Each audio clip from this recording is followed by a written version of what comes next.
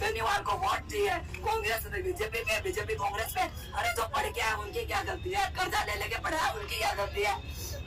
अगर ऐसे आसानी से नौकरी लगती ना आप लोग बच्चों की, तो हर घर में थानेदार रहते हैं। बोले हमने 8 लाख के साथ न्याय किया, 8 लाख वैकेंसी थी। दोस्तों, राजस्थान पुलिस एसआई भर्ती परीक्षा 2021 लाखों युवाओं की मेहनत, सपने और संघर्ष का नतीजा थी।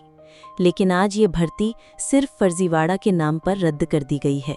सोचिए, जिन बच्चों ने सालों तक पढ़ाई की, कई बार असफल हुए, बार बार खड़े हुए, जिन्होंने दूसरी नौकरियां छोड़कर पुलिस की वर्दी चुनी, उनकी ट्रेनिंग पूरी हो गई, वो थानों में काम भी शुरू कर चुके थे, और अब कोर्ट का एक फैसला आया और सब कुछ छीन लिया गया। एक महिला उम्मीदवार रोते हुए कहती है, हमारे साथ क्या दुश्मनी है? क्या हमारी मेहनत, हमारी वर्दी फर्जी है?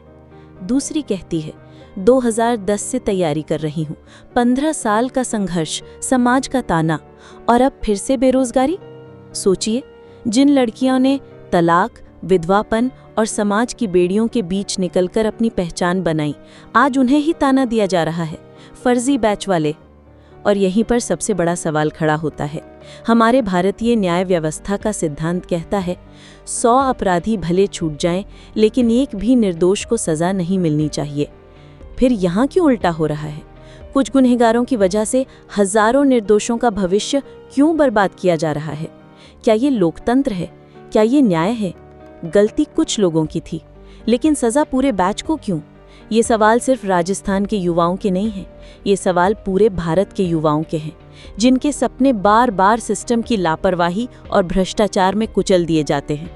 आज ज़रूरत है कि हम आवाज़ उठाएं। सवाल सिर्फ नौकरी का नहीं, सवाल है न्याय का, सम्मान का और भविष्य का। क्या ईमानदार मेहनती उम्मीदवारों का ऐसा अपमान होना चाहिए? क्या सरकार और अदालत को इनके लिए अलग रास्ता नहीं निकालना चाहिए? दोस्तों, ये लड़ाई सिर्फ राजस्थान की नहीं, ये लड़ाई हम सब की है। जब 2021 में इनको पता चल गया था कि पेपर लीक हुआ है, तो 2021 में इनकी चुनावी रोटियां नहीं सेकी जा रही थी, तब इन्होंने कोई एक्शन नहीं लिया, है ना। और जब इनको चुनाव से कोई लेना देना नहीं था, तब चल रहा था जैसे चल रहा था। अब डोटासरा जी एक झटके में बोले रद्द कर दो रे भाई। तुम्हारे घर में कितने लोग एसडीएम बन गए, भगवान ने तुम्हें तो ज्ञानी लोग दे दिए, भगवान ने तुम्हारे ऊपर मतलब इतनी वो कर दी कि सारे एसडीएम तुम्हारे घर में ही पैदा हो गए। तुम लोग टैलेंटेड हो, लेकिन जरूरी नहीं सबकी किस्मत बराबर हो। तो जो इंसान उसके घर में करोड़ों की अरबों की संपत्ति है, बेटा बहू सब उसके बड़े बड़े रिश्तेदार, कोई बिजनेसमैन है, कितने लोग एसडीएम है, वो कैसे वो क्या समझेगा हमारा दर्द?